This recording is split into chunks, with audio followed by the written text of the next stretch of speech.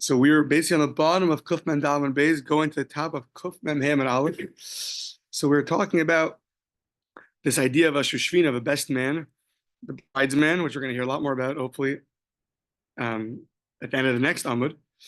So we're trying to figure out the case in the Mishnah where Shmuel said the case in the Mishnah is, so you have Reuven got married, and he had a best man at his wedding, and they used to reciprocate.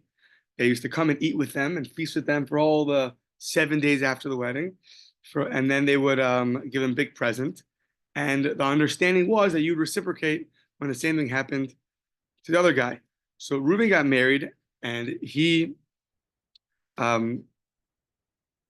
celebrated at someone's wedding. However, now Reuben died, and his brother married his wife, Yibam. So now the question arose, does the best man have to come and reciprocate to Reuven or not? So the Gemara says that the guy can say, I don't have to reciprocate. Why? He said, I only agreed to reciprocate. Oh, no, so the Gemara said that if he sends back gifts, the gifts don't go to the Yavam, rather they go to the whole family. So on that, the Gemara asked, who says that this former groom, who's now is asked to be the best man, who says he has to reciprocate to his best man's Yavam? Who says that's true? Maybe he could just say, give me the best man and I'll dance with him. Meaning that Reuven who came to my wedding and celebrated with me and gave me the presents, so with him I want to celebrate. If he's not around, so then nothing doing. I'm not obligated to go celebrate with his Yavam. So that's where we left off yesterday. So on that, the Gemara says, Milo Tanya, last 5 lines of Kufam Daled Amud Beis. Yeah, last 5 lines. Okay. Milo Tanya, Malcolm, good morning, Jules. Milo Tanya, Malcolm Shanagula Hagzer Kedushin. There were certain places where if the wedding didn't work out, they would return the money that was given over for Kedushin. Nowadays, it would be a diamond ring or something. They would give back the ring. We can see a lot more about all details when you would, not she dies, if he dies. Malcolm Shanagula Hagzer Ein Machzir. Malcolm Shanagula Shalola Hagzer Ein Machzir. Some places where they did not, where the custom was to not return, they didn't return the wedding money. We'll see more about this. We need the following. Amar Rabbi Yosef bar Abba, Amar Maruk, Amar Shmuel, Lo Shanu Ella Shemei Sehi. This whole discussion is only if she died, sorry. Aval Mace who, if he were to die, so he gets married, and then he dies. So let's say the cases where they had their first step of marriage, and so right back then they used to have 2 steps of marriage. First, you would do what it says in the beginning of Kiddushin, the first Mishnah. You would, acquire a wife, so to speak. You would, and then there'd be a year where she would be at her parents' house. That year would be enough time to make proper wedding preparations. It's not like nowadays; it takes a few months. But so they would make the wedding preparations and for the house, right? And what would happen would be that let's say in the middle he were to die. So there the Gemara says that she does not have to return the wedding money. Why? Well, Aval Mesu Ein Machzir, in my time, very simply. Yichol Hishid Amar Tenuli Baila Vesmach Imo. So she says, I'm ready to get married. I'm ready to complete the wedding. Oh, you're my husband is not around anymore? That's his fault, not my fault. But the 24-karat ring I'm keeping. Meaning she has this claim that she accepted the money to get married. She's ready. Why should she have to give it back? So we see such a concept over there by marriage. So Hachanami over here by a Yavam, the best man who now is being asked to reciprocate his presence and his gifts to Reuven, who's not around anymore, who's now, Shimon is his Yavam. So he says the same thing. Nema tenuli shoshvini vasmachimo. I'm ready to give gifts and come celebrate with Reuven. Reuven's dead? Okay, that's your problem. I'm not obligated now to give back. Not your problem, but that's not my fault. So I'm not obligated to give back the gifts. So what did we mean when we said our Mishnah is talking about a Yavam? A Yavam is not obligated to return such a favor. He only is obligated to return that which was given to him, which was with Reuven. Reuven's not around anymore. Rabbi Yosef, Hachamay Eskinon, Kikon Shesamach Imo, Shavi Yimei Mishta, below Hispik Leporo Achames. We're talking about a very specific case. That it ended up being that that he actually, Reuven, he spent 7 days, the 7 days of feasting with Reuven. He did the whole feast with him. It's just that he didn't have a chance to give him the actual gift. They used to feast with them for the 7 days, like some people do nowadays. You have the Sheva Brachas every night, you're somewhere else. Yeah. So he did that with him. Just the actual gift that he was supposed to reciprocate as the unspoken agreement, which we'll see more in 30 lines from now. But so that he didn't have a chance to do. So that we say he has to pay back. And when he pays back, it goes to the whole family estate because he did exactly what was done to him. He celebrated, he feasted, just the present. So on just the present, you don't have a claim, I'm ready to celebrate. He's dead. You did celebrate with him, and then he died. So that's the case where you have to give back. Okay. So now, Lema tinuli baili ve'esmach imo. This idea that a wife can say, give me my husband and I will rejoice with him, and which therefore, if you can't do that, I will keep my diamond ring and I will not give it back. So maybe say that this statement, this halacha that she can have this claim is actually a machlokas tanaim. It's actually a disagreement between Tanaic sources. And we're going to say it's not, it's a different disagreement. It's not, it's a different disagreement. And that's going to be most of the Amud. Okay. So now, the Tanya, the Brisa says, Hama'aretz is a Isha. One who, Erisin is the first step of marriage. You're Ma'aretz, you betrothed. You marry a woman. People say it's engaged, but engaged has a wrong connotation. Nowadays, a person gets engaged. So I don't know if it means so much in halacha. Yeah. It's not the proper word. It's a marriage. If that lady, after the first step of marriage, goes and marries, she can't marry anybody else. She's 100% married. It's just there's the beginning of the marriage and then there's the completion of the marriage. So if she does step one, the beginning of the marriage, Isha. So now, Bisula Gova Masayim. So in general, the ksuba for a lady who has not been married before is 200. The Almana Mana, if she's already been married before, she's a widow or divorcee, so then it's going to be a mana, half the price. So now, Makom Shinagu Lahagzer Kiddushin Magzir, in a place where they usually return the Kiddushin. So then, if the wedding doesn't work out, and now before Nisun, in that year, it doesn't work out, we'll see why doesn't it work out. He died, she died. So if the custom is to return Kiddushin, then you have to return Kiddushin. Makom Shinagu Shelo Lahagzer Kiddushin Ein Magzirin. The place where the custom is not to return, then you don't return Magzirin. That's the opinion of Divrei Rabbi Nasa, meaning that this halacha is not black and white. So that's why it's going to depend on the custom. Not so depending on what's done in that town, so that's what you do. That's the opinion of Rabbi Nasa.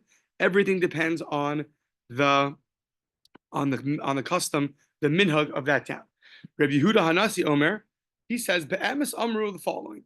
Really, the truth is the following. Makom shenagu lahachzir magzirin. A place where the custom is to return, you have to return. Makom shenagu shlo lahachzir ein magzirin. The place where the custom is not to return, you don't return. That's the exact same thing that we just said. That's not a second opinion. That's the same opinion, control and paste. So, Rabbi Yehuda Hanasi, Hainu Tanakama. There's no difference. Okay, you're right. Let's read it like this. Elalav tenuli baili ve'esmach imo ika beinayu. You're right. The actual disagreement between Rabbi Yehuda and Rabbi Meir is this idea: could a woman say, "I'm ready to celebrate with my husband," and if he's not here, then I don't have to return to him the gift? So how do you read that in to the Bryce the way we have it? So the Chasrei Max of Hakitani, the Bryce is missing a few keywords, and you plug it in, it's all going to make sense. So let's plug it in. Ham'aretz is the Isha Basula, one who does the first step of marriage. He marries a woman. So Ham'aretz is the Isha Basula Gova Masayim. So that ksuba is 200. So if it doesn't work out, she can collect 200. The Almana Mana. And the Almana, the widow or the divorcee, she can collect the divorcee. Almana is a widow. The widow collects 100. A divorcee will get 200. So if he marries an Almana, so meaning he marries someone who was married before. It's So if he marries a widow, so then it's going to be 100. But medvar mamurim the hadar bay ihu. This is all true if he retracts. What does he retract mean? We're going to see. But that's only if he retracts. Aval mesa But if she dies, so now it depends. If she dies, then it depends on the custom of the city. But if he dies, then she will collect her ksuba. So now, the dafka shemei sehi, specifically, it's if she dies, does it depend on the custom of the town? Do we give back the money or not? Aval meis who, if he were to die, ein machzirin, you for sure do not have to give back, at least according to one opinion in this brisa, you do not need to give back the money that was given over for kiddushin. So why? My taima because the woman could say that I'm ready to celebrate with my husband, and if he's not here, it's not my fault. So I'm keeping the money for kiddushin. That was the first opinion of the brisa. That was all Rabbi Nassan. The also Rabbi Yehuda comes, Rabbi Yehuda, the second opinion of the brisa, and says, L'meimar be'emes, in truth, the following Amru, Bain Mesu, whether the husband dies in the interim period, Bain Mesu, whether the wife dies in the interim period, doesn't matter. At the end of the day, Malkum Shanagu Lahagzir Magzirin, Malkum Shanagu Shalahagzir, Ain Magzirin, below Matya Amra Tanuli Baili Asmachimo. She's not able to say, give me my husband and I will celebrate with him. So after we read this brisa, we now come out that there are two opinions. There's a dispute. Can a woman have this claim? I'm ready to celebrate with him and he's not here, and therefore I will not give back my kiddushin money. One opinion says you do have to give it back. If he's the one that if she's the one that dies, the money has to be given back. If she's here saying I'm ready to celebrate, it's he who died, then she does not need to give the money back. That's the first opinion. But the second opinion said doesn't matter. She never has that claim. It all depends on the custom of the city. So if the custom in your city is to give back the kiddushin money, it doesn't matter who died. She died, he died, has to go back. If the custom in the city is to not give back the money, doesn't matter who died. She died, he died, you have to give back the money. So it all depends on the custom. So sounds like this that we're saying, such a concept is really up for debate. It's a machlokas tanayim. Now we needed this concept that we see by marriage to apply it to the case of a best man, in order to understand that our Mishnah must be talking about it's after he celebrated with 7 days for 7 days. Because if the best man did not celebrate with his original best man, Reuven, so that he can have a claim, I'm ready to celebrate. All I see is Shimon. Reuven died, Shimon's Yavam. I don't have to reciprocate. But it sounds like that idea is a machlokas tanaim, and we want to limit it. We want to limit it to make our Mishnah according to everybody. So we're going to say now, no. That idea we're holding strong. That idea is really fully accepted. That's not up for debate. What are these two opinions in this brisa arguing about? Something else. But this idea is good by marriage. It's a real claim, and therefore we can apply it to a best man. And therefore the Mishnah is going to be a case, according to everybody, where he already celebrated with him for 7 days. So now, if that's true, so what are they arguing about? Look, the Kuli Alma, everyone agrees. If the day comes for, if the husband ends up dying and his heirs want the 24-karat ring given back, she'll say, I'm ready. Yeah, it's not my fault. And she'll keep the wedding money. So what do these two opinions argue about? The Kuli Alma, so now, Udemishu, if he dies in the interim, Kuli Amalo Pligi, so everyone's going to agree that she does not have to give the money back because she has a claim. I'm ready to celebrate. It's he's not here. That's not my fault. I'll keep the wedding money. So where do they argue Rabbi Nassan and Rabbi Yehuda? In the following case, Ki Pliga Shemei Sehi. They argue when she dies. Now, he married her. In that year period before they finished off the Nisuin, they concluded the Nisuin. What happens? She died. Now he wants his 24-karat ring back. So now, what's the halacha? Shemei Sehi. The halacha b'kiddushin letivuin nisnu kamifligi. When a person gives money for marriage, is that only on condition? Sounds like it's an unspoken agreement. Is it obvious that money is only on condition that he finishes off the wedding? Is that an obvious statement? If it's a random stipulation, you got to stipulate it. But it sounds like in general, now how do you view when a husband gives money? He's giving money to marry his wife, but of course, it's only if it works out at the end. So if that's true, so here it didn't work out in the end, he should get his money back. Or you say no, you give money to marry the woman, not only on condition. Inside, you hope it works out. But so now, Rabbi Nosson Savar Kiddushin Lav Tivun Nitnu. Kiddushin literally to Tivun is like the sink. They get lost in the ocean. Meaning, Kiddushin is not given over Tivun. That it's not given over that if she dies and he can't marry her, then the money's going to be lost, and they'll never see it, and they'll never get it back.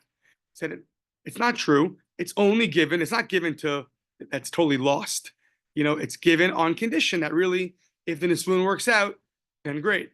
Rabbi Yehuda Nasi Savar Kiddushin Letivun Nisnu. Rabbi Yehuda Nasi says no. Kiddushin is given over, so to speak, that it's going to be drowned. Meaning, it's given over, and then whatever happens, happens. It's that money you never can get back.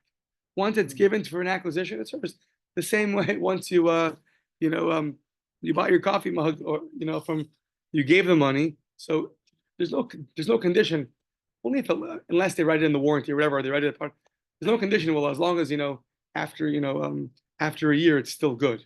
And that's if you get an insurance and a warranty. But if not for that, you paid money. It's your risk. You hope it works out. So to here, you gave money. Hope it works out.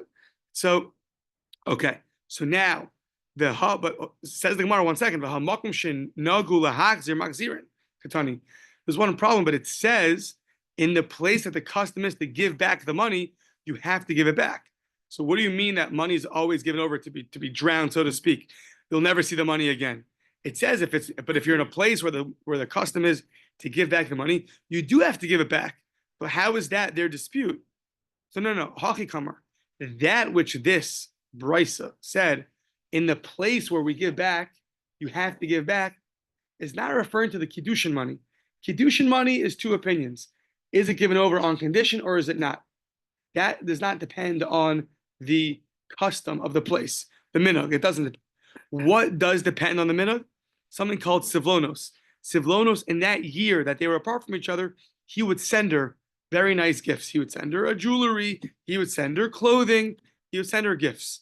So now, those gifts in the place where the custom is that if she's not around, he gets the money back, not the money for Kiddushin. It's the gifts back. These gifts. If she gets these gifts back, then you have to return them. But if you're in a place where she does not, where the custom is, you gave these gifts in that year of marriage, and once again, you gave the gifts unconditionally. So if the custom in that place is that their family keeps the gifts no matter what, then they have to keep it. If the custom is that you get it back, you get it back. So once again, Kiddush, at this point we're saying that everyone agrees in the year between Erusin and Nisu, in the first and second step of marriage in that year, if he dies, she does not return the money, because she could always say, I'm ready to celebrate with him. He's not around. 1, 2. If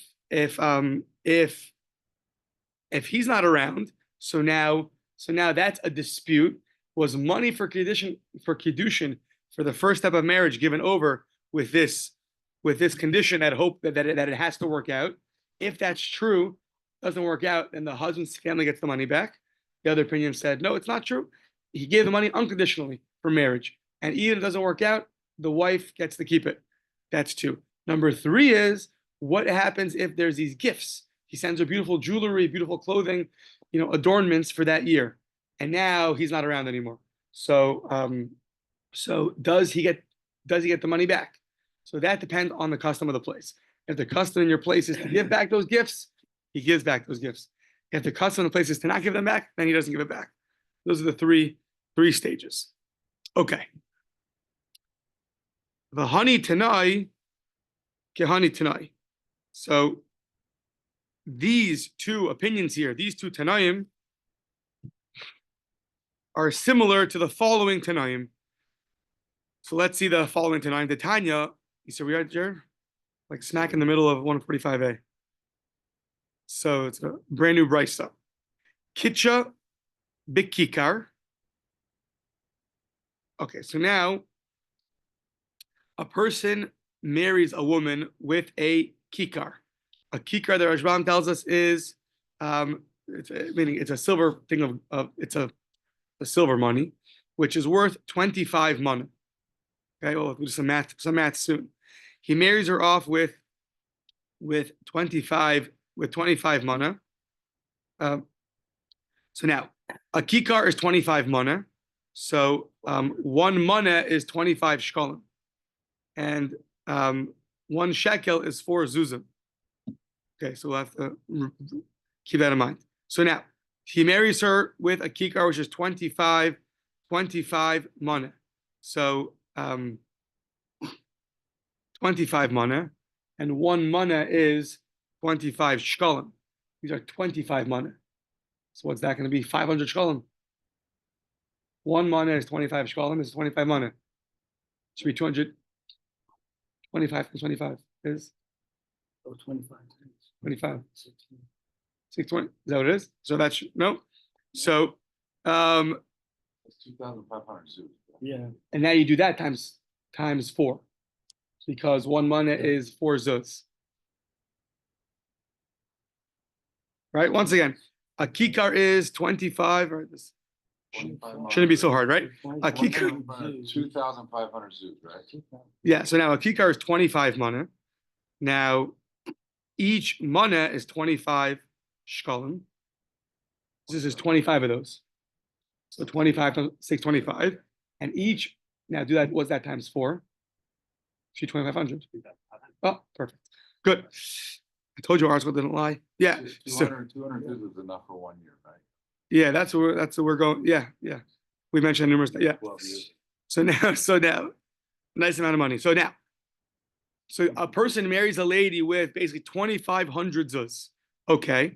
So now besula, if she's a besula, so then and something happens and she collects her ksuva, she's gova masayim. The almana mana, and the almana collects a mana. So now a mana is 1 mana is 4 zuz. So you collect, if you're a basula, never been married before, so then you collect 200.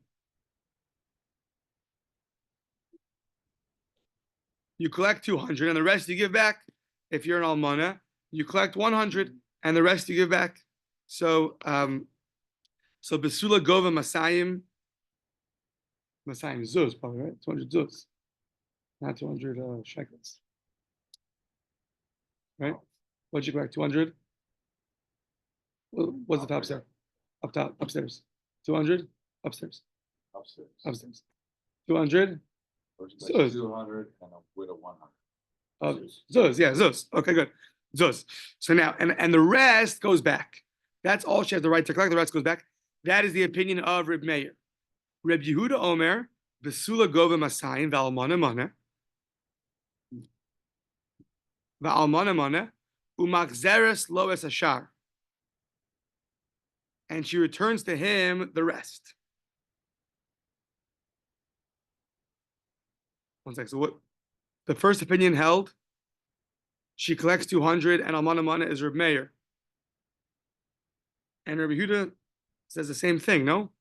Rabbi Yehuda says, "Besula gova masayim v'almana mana, umachzeres lo," and she gives back to him. Oh, and all that money of kiddushin, she gives back to him.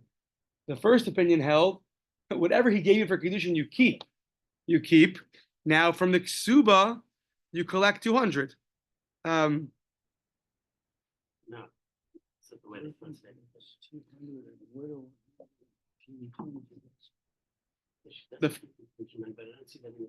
The first opinion, Rav Meir holds. She does not keep the money. That's Rabbi Yehuda. That's Rabbi Yehuda. But what's Rav Meir the first opinion hold? He said she collects, aside from the money for kiddushin, she collects her ksuba, but she keeps the kiddushin money. It's given too bad. It's given. You can't give it back. Rabbi Yehuda says, you collect from the kiddushin money, and the rest of the kiddushin money you give back.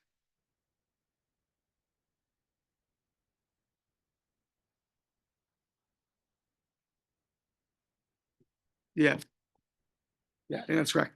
Now, Rabbi Yossi, here's time for some math. Rabbi Yossi Omer, a cryptic statement, and we're going to get back to the math in just a moment. So, okay. So, Kitcha be'asher b'nosan lashloshim. If she got married with 20, he has to give her 30. 30 chatzayin, 30 halves. Kitcha b'shloshim nosan la'asrim chatzayin. It's married with 30, you have to give 20 halves. Okay, we'll get back to that in 1 second. So now, what are we talking about? Reb Meir holds, she doesn't give back the money for Kedushin. Reb Yehuda holds, you give back the money for Kedushin. Reb Yossi holds, some kind of cryptic statement where we're talking about halves. What's going on over here? So now, b'maya skinan, what's the case? Ilema shemesa. So now, if it's she that died, mi is laksuba. So this idea that in a rusa, in between the first and second stage of marriage, who says she gets a ksuba? I think that's actually a debate if she gets a ksuba or not. But we're saying that we're going to the opinion that she does not deserve a ksuba. So that can't be what we're talking about because Reb Meir and Rabbi Yehuda say she collects for her ksuba. So it can't be that she died. The Ella Shemes who? So you want to tell me that he died? Well, if he dies, Amayim Akzaris Lo Shar. According to Rabbi Yehuda, why are you giving back the Kedushin money? V'nema tinuli ba'ali v'esmachimo. She could always say, "Give me my husband, I'll rejoice with him." Ooh, he's not around. That's not my fault. So I'm going to keep the money. So that's not the case where they're arguing. What's the case they're arguing? The Ella, the Eishes Yisrael Shazinsa. Maybe it's a woman who, in between that first and second stage of marriage, she went and had adultery. She went and had adultery. So it says, "I'm going to hold on." Well, 1 second. If it's a woman who's a regular Yisraelis, she's married to a Yisrael, Iberotzen, if she willingly goes and cheats on her husband, then she loses her ksuba. Means like ksuba, no ksuba for you, sorry. So the Ella Be'ones, and if something happens unavoidably, like she gets raped, so then the Ella Be'ones, Mishra Sharila, the Ella Be'ones, Mishra Sharile, so then she's still married to him. Nothing happened. So if it's a woman that had adultery, so if it's willingly, then you lose your ksuba. If it's not willingly, you're still married, so you don't get money. So what must the case be? The Ella Be'eshes Kohen. We're talking about the wife of a Kohen. And what happened to her? She was Nensa. She got raped. So now, such a lady cannot remain married to her husband. Yeah. So now in that case, what's the argument? And this was all of this was just for this line.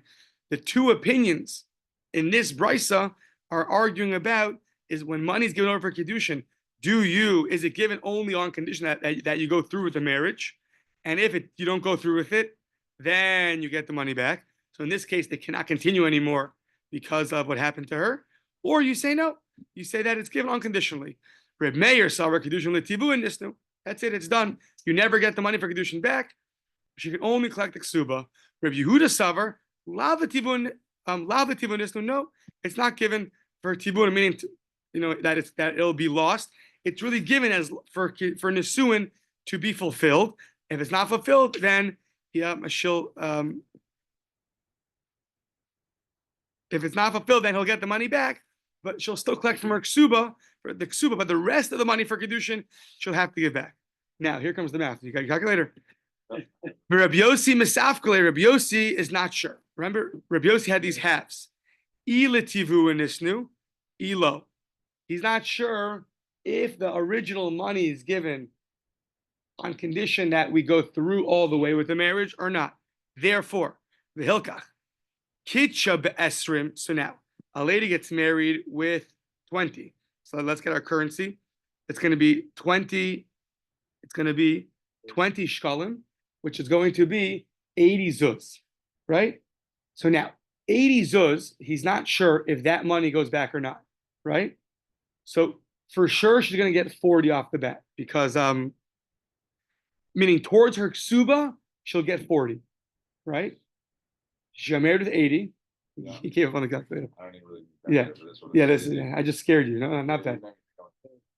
Fires don't scare you, but I scared you. So what do you happen? He got married with 80 zuz, 20 shom 80 zuz. She's now collecting her ksuba. So half of that money she'll take for her ksuba. The other half we're not sure about if it's gonna go if it's hers unconditionally or not. So kitcha be'esrim, no simla shloshim chatzayin. He gives her, sorry, kitcha be'esrim, no simla shloshim chatzayin. So now the first case is you get married with 20 shkalim, 80 zuz. He has to now give her basically 15 more. Why? Because, so now, he's getting married to an almana, a lady whose ksuba is only 100 zuz, right? So he got married to her with 20 shkalim, which is only 80 zuz. So 40 of the zuzim he has to give to her. It's part of her ksuba. So 40 zuz he gives to her. All he has to do now is give 15 halves, meaning 15 shkalim. 1 shekel is 4 zuz. 15 times 4 is 60. So he gave her 40 zuz. Half of 20, right, is 10 shkalim, is 40 zuz. All he has to give her is another half of 30 shkalim, which is 15 shkalim, which is going to be 60 zuz. Totals 100. Totals 100. So because of that money, 80, 20 shkalim, 80 zuz, is in doubt, it's a suffix. We're not sure if she gets to keep it forever or is only on condition that we go through with it. So half that, so you split it. Mammon and mutal b'safik cholkin, you split the money. 40 of it, meaning 10 shkalim, 40 zuz go to her. What remains is 60 shkalim, which is 15 zuz. That's what the Gemara says. Case 1. Case 2 is kitcha b'shloshim. He now married her with 30 shkalim, 120 zuz. Now we're not sure if he has to give her, if all the money gets returned to him or not. So since we're in doubt, we split it. So out of the 30 shkalim, the 120 zuz, so now 60 of those zuz off the bat goes to her. So now what happens? She's owed another 40 zuz, which is only 10 shkalim. So therefore we say, no salah, esrim chatzoyim, half of 10. Why it speaks in half of 10, I don't know. But maybe because that's half of what he gave her. Whatever he gave her, you have to give her only half of that. Maybe it's easier to say it like that. So that at the end of the day, that's Rabbi Yossi's opinion. Okay, fine. Good. Jared, you survived. Yeah, so the ketubah was given at not at Sunnah when she was in the Sunnah. So with this case we're talking about And the custom then was to give the ketubah at the start. And wait 12 months for So- the Sunnah? Is that what? so if something happens in the middle, there's a debate if you have to give the ksuba or not. So yeah, in this case we're assuming that yeah. 1 second. 1 second. Yeah. We're in that middle stage. The wedding never happened. We never concluded the wedding. So now I just think if I have in my head that that's up for debate, if an arusa collects her ksuba, the full amount also, but we're assuming that she collects ksuba.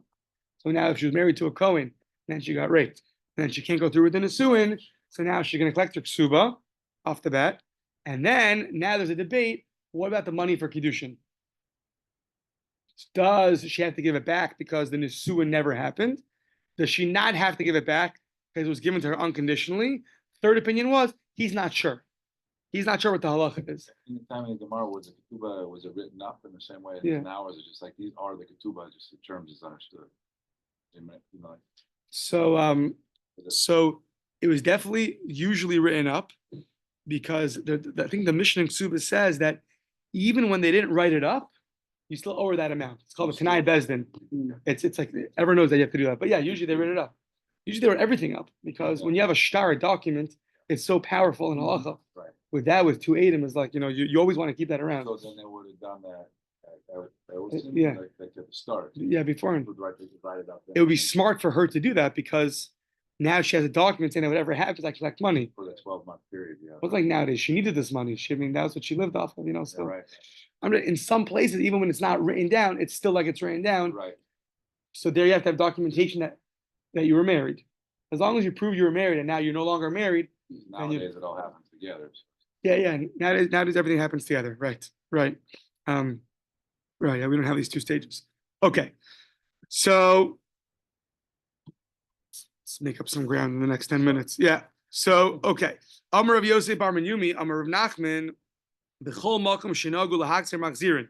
Every place that you give back that you give back. We said it was the sivlonos, the presents. So then if the custom is to give back, you give back. So Betarguma Naharda. What's the place that was the custom? Naharda, city in Bavel. That's where they gave back the sivlonos. So Shar Bavel Mai. What's the rest of Babylonia? Rabbi Rav Yosef Damri Chirayu Mohari Hadri Kiddushilo Hadri. Another thing that was given between that year. So we have the kiddush money that was given. Then she goes to her. Then she stays by her parents for a year. He would give her different kinds of presents that year. He would also give her sums of money called the Mori. So this, the Mori Hadri and the rest of Bavel, if it didn't work out, they would give back these large sums of money he would send her during that year. Kiddushi, but Kiddushin would not go back. Amar of Papa, the halacha is hilchas bein shemesu, bein shemesahi. Whether he dies, whether she dies, the hadar behu. What's the hadar behu? Or he retracts, I guess, or he divorces. I guess we're going to ask what that means, but I think let's see it. He calls off the wedding. So the halacha is mohari hadri. The money you gave in the year between Erison and Nisuin goes back to you. Kiddushi lo hadri. The Kiddusha money does not go back to you. So, okay, that's that. Hadra ba'ihi, if she does not want to go through with the wedding, so then if she decides to call it off, then afilu Kiddushi nami hadri. Then the Kiddusha money will be given back if she calls it off. Yeah, so now a Maimer Amar no. Kiddushi lo hadri. That in this case, she cannot give the Kiddush money back. Why not? It's exer. What are people going to think if she gives back the Kiddush money? They're going to think that the reason why it didn't work because you're already married to her sister. Xer Shema Yomru Kiddushin Tovsin Ba'achosa. That this marriage didn't work out because you're already married to your sister. Meaning, why else are you giving back the Kiddush money? However, really, you're usher to her sister because you actually were married to her for a period of time. So you actually usher to her sister. They throw some stuff in. That's right. So they were very worried about this. They're very worried about this. So therefore, he said you can't get the money for Kiddushin back. Yeah. So Rav Ashi Amar, no. Gita mochiach aleha. Like she got a get. It's going to say the information on the get. It's like you don't have to worry. The Hadr Rav Ashi bedusahi. Rav Ashi is a joking opinion. Like it's like a joke. It holds no substance. Why? The Ika de Shama Baha, Velo Shama Baha. Some people heard of the marriage and they never heard of the divorce. So that's not going to be a good proof. Low battery. Why? 10% in 7 minutes. Let's see if miracles happen. Hanukkah's coming. Let's see. So, okay, now back to these best men. We said this language of a best man collects. A best man collects. It's called like Nigbeis Bebezdin. He collects the reason why you can collect money that was owed to you from this deal that the best man should give back to you, the same that you gave to him. It's considered like it's collected in Bezdin. What does that mean? 5 things were stated about being a best man at a wedding. 1, Nigbeis Bezdin. It's money that can be collected in Bezdin, meaning it's somewhat like a loan. It's so understood and it's such a given. It's like a loan. However, vichozeres be'onasa.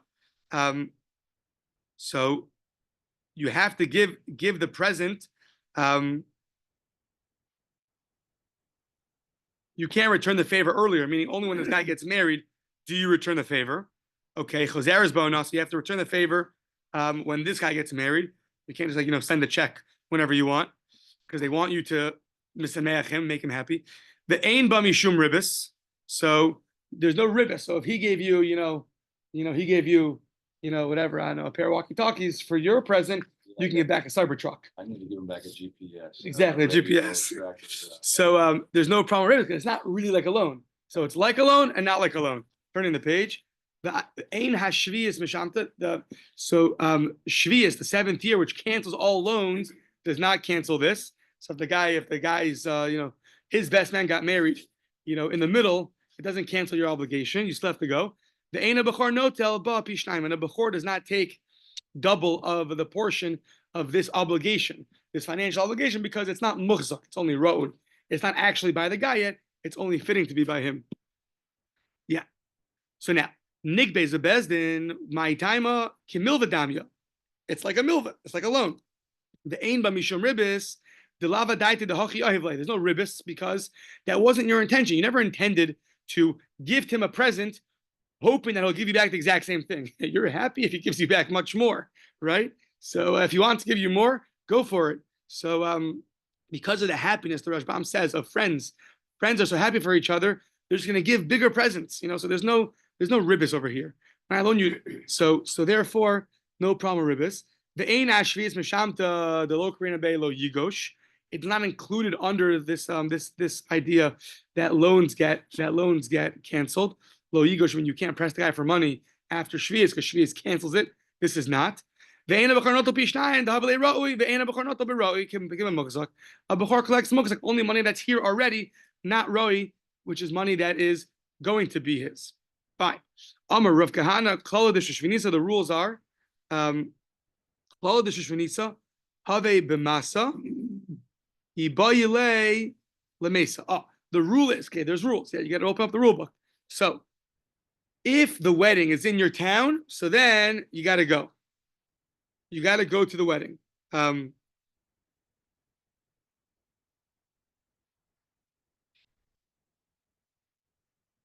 So if it's Habe B'masa, if it's in the city, Ibayile Lemesa, then you have to go. Shama Kol Havla, Ibayile Lemesa. If you heard the sound of them getting everyone for the wedding, they used to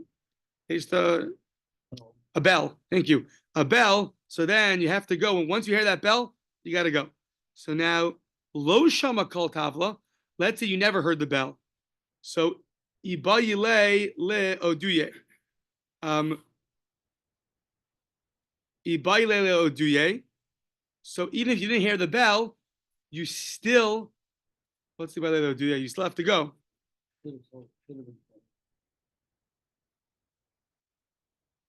Meaning the groom should have informed him. So Taromis Islay, so he has a complaint against him, but still you don't get out of your obligation. Even though he should have informed you of the wedding, still Shluma Misham, you still have to pay back, even though he didn't tell you about the wedding. The Ad Kama, so how much, sorry.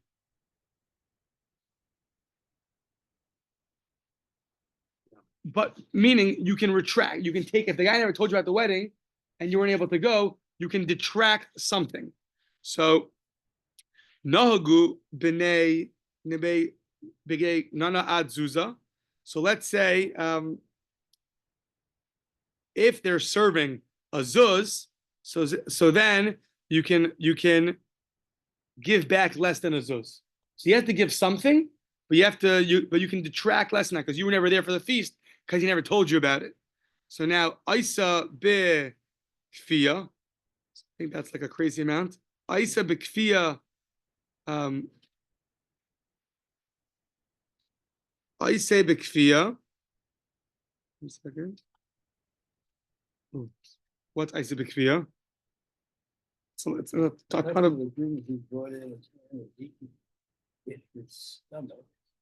I say bekfia, but achle bekarse. So meaning I think it's a very lavish feast.